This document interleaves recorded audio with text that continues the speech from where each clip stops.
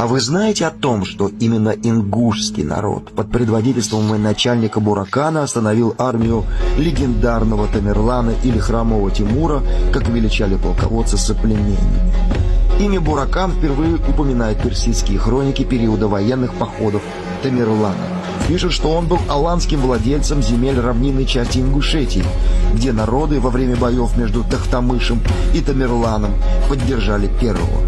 Ингуши также поддержали Грузию в бою против тамерлановых войск, направленных на это государство. Они собирались в отряды и жестко отстаивали горные проходы, входы в ущелье. Стойкое сопротивление, противодействие войскам тюрко-монгольского завоевателя вызвало у Тимура бешеную ярость.